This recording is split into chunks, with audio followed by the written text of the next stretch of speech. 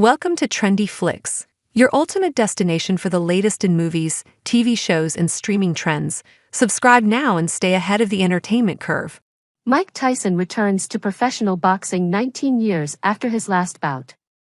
There are neurological concerns for the 58-year-old. Mike Tyson steps into the ring.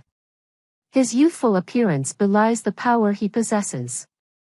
It is 1985 and the heavyweight is about to make his professional boxing debut. 1 minute and 47 seconds later and an 18-year-old Tyson has already forced his opponent, Hector Mercedes, to withdraw after a series of devastating blows to his body and head.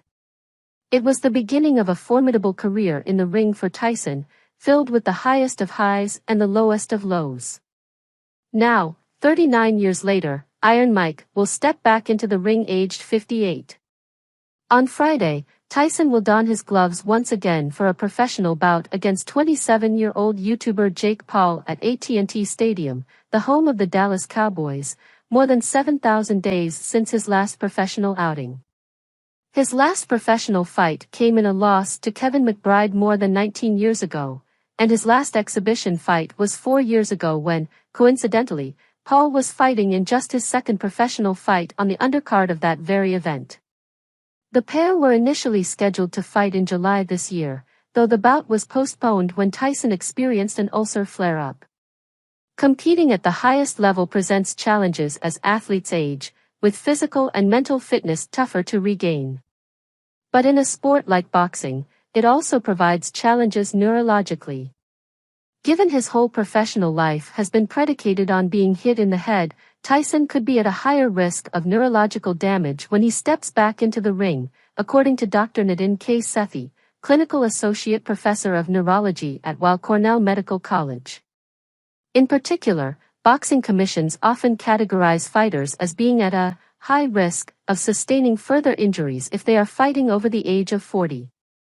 When you talk about fighters who are now above the age of 40, you worry about two things, Sethi, who also works as a ringside physician, told CNN. 1. I worry about the fighting in the ring itself, because is that fighter more predisposed to getting a severe traumatic brain injury under my watch while in the ring because of his or her age? The second thing I worry about is, this is a fighter who has had many years of professional boxing under his or her belt. You worry about the chronic neurological injuries. CNN has contacted Tyson to offer him the chance to comment on any potential health concerns he may have ahead of the fight against Paul. As Sethi explains, boxing is unique.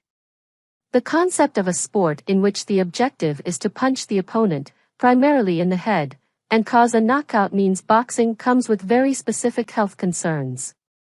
Sethi, in his role as a ringside physician where he is accustomed to evaluating the fitness of the fighters in the ring, sees firsthand the regularity with which concussions occur in boxing.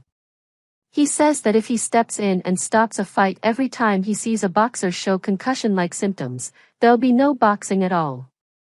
But the true danger of the sport doesn't solely come from the big, explosive knockouts which get fans on their feet.